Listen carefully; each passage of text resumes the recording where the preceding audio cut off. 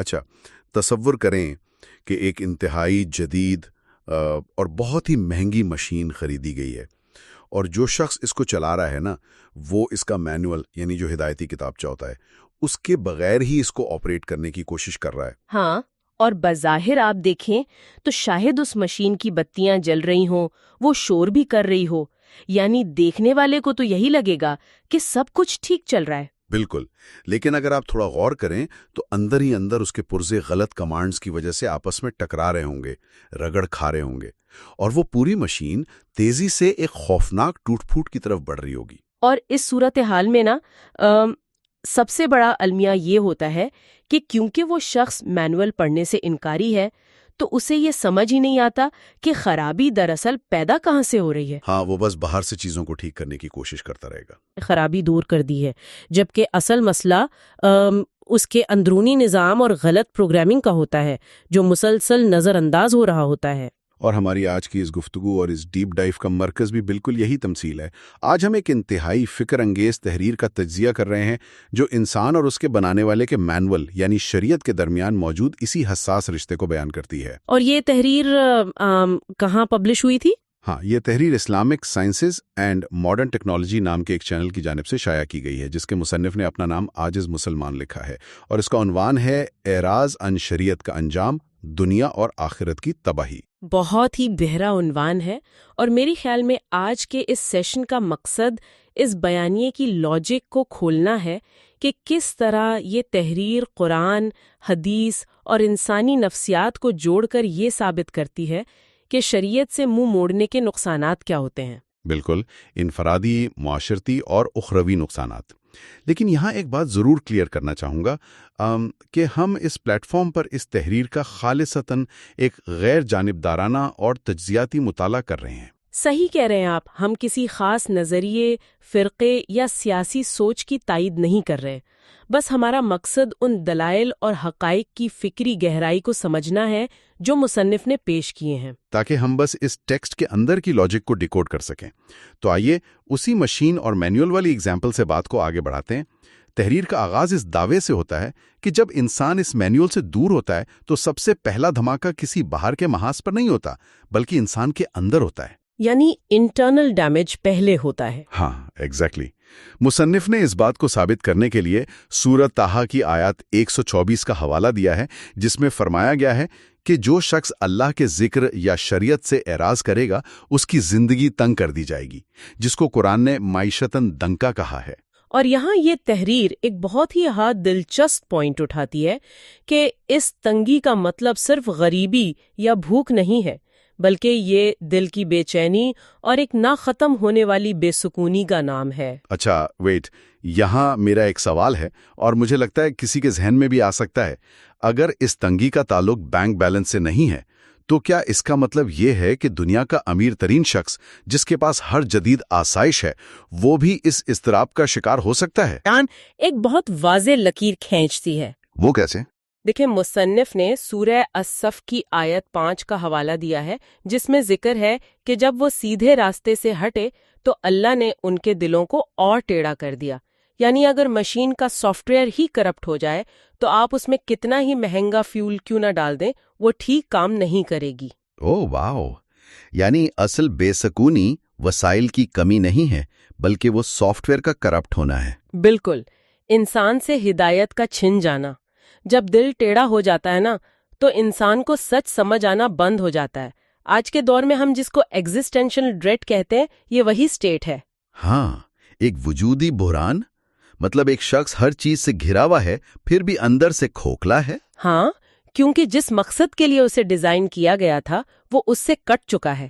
وہ ایک ایسی مشین بن گئی ہے جو چل تو رہی ہے پر بے مقصد۔ یہ انٹرنل شارٹ سرکٹ کی ایک بہت ہی خوفناک تصویر ہے، لیکن مصنف کے مطابق یہ مسئلہ صرف ایک فرد کی ذات تک محدود نہیں رہتا، یہ ایک وبا کی طرح پھیلتا ہے۔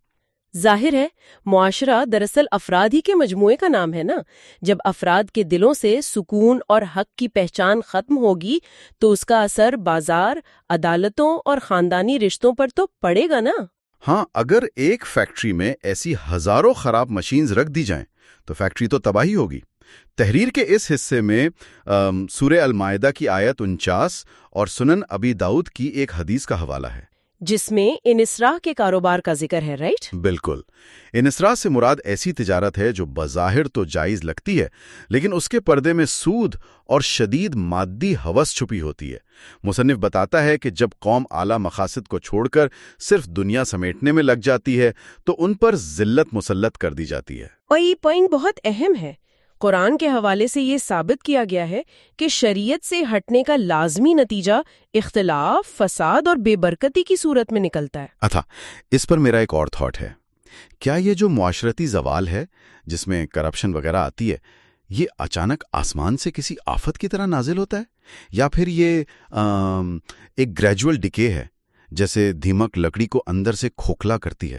اگر آپ تحریر کا استدلال بغور پڑھیں نا تو یہ بات بالکل کلیئر ہے کہ یہ کوئی اچانک نازل ہونے والی آفت نہیں ہے۔ یہ تو پیورلی کاز اینڈ ایفیکٹ کا نظام ہے، یعنی علت و معلول کا قانون، یعنی جیسی کرنی ویسی بھرنی والا حساب۔ ہاں، حدیث میں جس ذلت کا ذکر ہے وہ آتی ہی تب ہے جب قوم کی ترجیحات بدل جاتی ہیں، جب ایک سوسائٹی اعلیٰ مقاصد کو چھوڑ کر صرف اور صرف انفرادی فائدے کے پیچھے بھاگے گی تو خود غرضی تو آئے گی نا۔ اور جہاں خود غرضی ہوگی وہاں ظلم اور فساد تو آٹومیٹکلی پیدا ہوگا۔ ایگزیکٹلی، مصنف یہی سمجھانا چاہ رہا ہے کہ جب مینوئل کو اگنور کر کے ہر کوئی اپنے رولز بنائے گا تو پورا سوشل سٹرکچر اپنی موت آپ مر جائے گا۔ یہ کوئی راز نہیں ہے، بلکہ سوشیولوجی کا ایک بیسک سچ ہے جس کو مذہبی نصوص بھی بیک کر رہی ہیں۔ مطلب مادی ہوس اور معاشرتی تباہی ایک ہی سکے کے دو رخ ہیں۔ جب شریعت کی پابندی ٹوٹتی ہے تو شاید کچھ لوگوں کے اکاؤنٹ میں پیسے بڑھ جائیں، پر پورے سسٹم سے جو ایک برکت ہوتی ہے نا، وہ اڑ جاتی ہے۔ اور وہی دراصل اصلی عذاب ہے جو قوموں کو کھوکھلا کرتا ہے۔ بالکل، لیکن یہاں تک تو بات تھی دنیا کی۔ تحریر کے مطابق یہ سفر یہاں نہیں رکتا، اس سے آگے کا مرحلہ اور بھی لرزہ خیز ہے۔ آپ قبر اور آخرت والے حصے کی بات کر رہے ہیں؟ ہاں، تحریر میں ایک پوری سیکوینس دی گئی ہے۔ پہلے شریعت سے دوری، پھر دل کی موت، اور پھر قبر کا عذاب۔ ترمذی شریف کی حدیث کا حوالہ ہے کہ قبر یا تو جنت کا باغ ہے یا جہنم کا گڑھا۔ دیکھیں، یہ جو سیکوینس ہے نا، یہ بہت گہرائی رکھتی ہے۔ مصنف یہ واضح کر رہا ہے کہ موت کوئی ایسا دروازہ نہیں ہے جس کے اس پار سب آٹومیٹکلی بدل جائے گا۔ موت تو بس ایک پردہ ہے جو آپ کے اندر کی حالت کو باہر کی حقیقت بنا دیتا ہے۔ یعنی جو سٹیٹ دل کی اس دنیا میں تھی، ہو وہی سٹیٹ قبر کی بن جائے گی؟ بالکل۔ اگر دنیا میں دل شریعت کی روشنی سے آباد اور وسیع تھا تو قبر بھی باغ بن جائے گی، اور اگر دنیا میں دل مادی ہوس کی وجہ سے تنگ اور تاریک تھا تو قبر اسی تنگی کی فزیکل شکل اختیار کر لے گی۔ یہ وہی معیشتاً تنگا، یعنی تنگ زندگی کی آخری اور ابدی شکل ہے۔ اور پھر بات قیامت کے میدان تک جاتی ہے، جہاں سورہ طٰہٰ کی آیات کا حوالہ دے کر مصنف ایک بہت طاقتور منظر کشی کرتا ہے کہ اسے قیامت کے دن اندھا اٹھایا جائے گا۔ ہاں، اور وہ پوچھے گا کہ مجھے اندھا کیوں اٹھایا گیا جبکہ دنیا میں تو میں دیکھ سکتا تھا۔ ایگزیکٹلی، اور اسے جواب ملے گا کہ جس طرح تو دنیا میں ہماری آیاتوں سے اندھا بنا رہا، آج تجھے بھلا دیا گیا۔ مجھے اس بات نے بہت سوچنے پہ مجبور کیا، اندھا پن ہی کیوں؟ کوئی اور معذوری کیوں نہیں؟ یہی وہ مقام ہے جہاں ہم جس کو پویٹک جسٹس کہتے ہیں وہ دیکھتے ہیں۔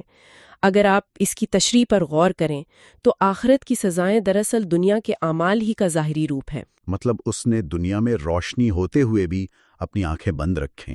ہاں نا، انسان کے پاس دیکھنے والی آنکھیں تھیں، سوچنے والا دماغ تھا، شریعت کی روشنی بھی تھی، لیکن اس نے اپنی مرضی سے اپنی خواہشات کے لیے اس روشنی کو دیکھنے سے انکار کر دیا۔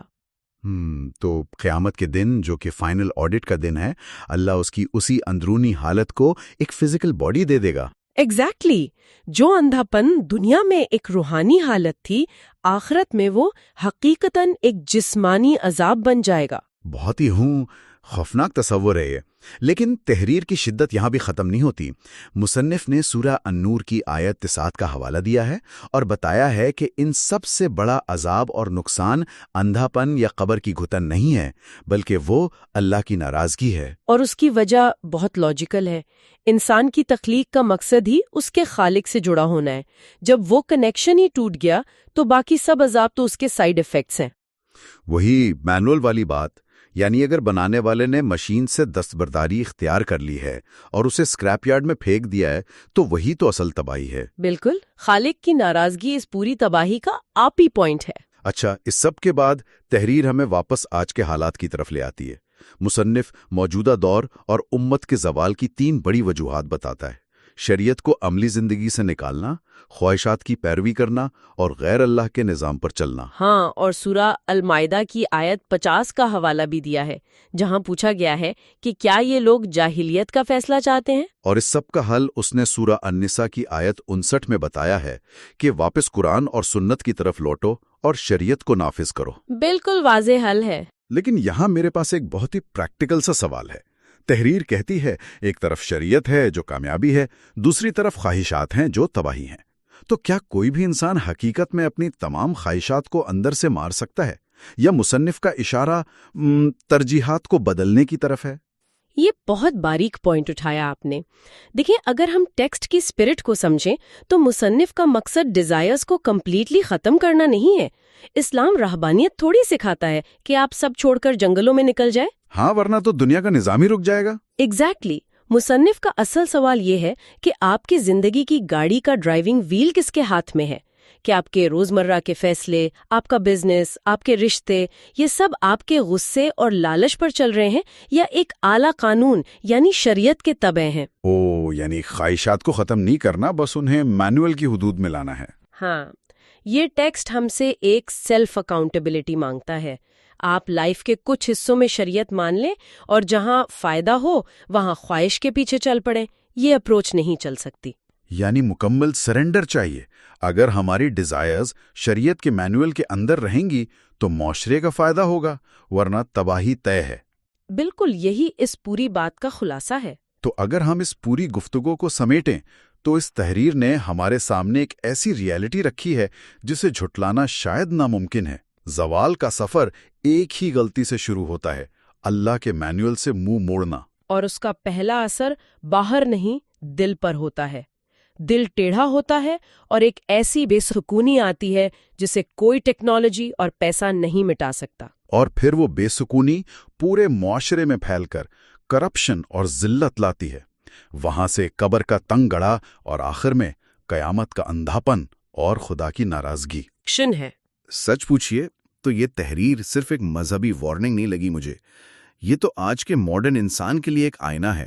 وہ انسان جو اینٹی ڈپریسنٹس کھا رہا ہے، لیٹسٹ سکرینز کے آگے بیٹھا ہے، پیسہ بھی ہے پر سکون کے لیے ترس رہا ہے، کیونکہ وہ باہر کی دنیا ٹھیک کر رہا ہے اور اپنے اندر کے سافٹ ویئر کو اگنور کر رہا ہے۔ ایگزیکٹلی۔ اور اس ڈیپ ڈائیو کے آخر میں ایک ایسی تھاٹ آپ سب کے سامنے رکھنا چاہتا ہوں جو شاید اس گفتگو کے بعد آپ کے ذہن میں گونجتی رہے۔ ضرور بتائیں۔ دیکھیں، آج ہم نے بات کی کہ مشین اندر سے اس لیے ٹوٹ رہی ہے کیونکہ مینول کو اگنور کیا گیا۔ تو ذرا سوچئے، اگر آج کی اس تنگ زندگی اور بے سکونی کی وجہ مادی ہے ہی نہیں بلکہ پیورلی روحانی ہے، تو کیا آج کے انسان کا سکون پانے کے لیے مزید پیسوں اور دنیا کے پیچھے بھاگنا دراصل اسی اندھے پن کی سب سے بڑی دلیل نہیں ہے جس سے یہ تحریر بچنے کی تلقین کر رہی ہے؟ بہت ہی گہرا اور سوچنے پر مجبور کر دینے والا سوال ہے یہ۔ بالکل، اور اسی سوال کے ساتھ ہم آج کی اس بامقصد گفتگو کو یہیں ختم کرتے ہیں۔ امید ہے اس تجزیے نے آپ کو بھی نئی فکری زاویہ دیے ہوں گے۔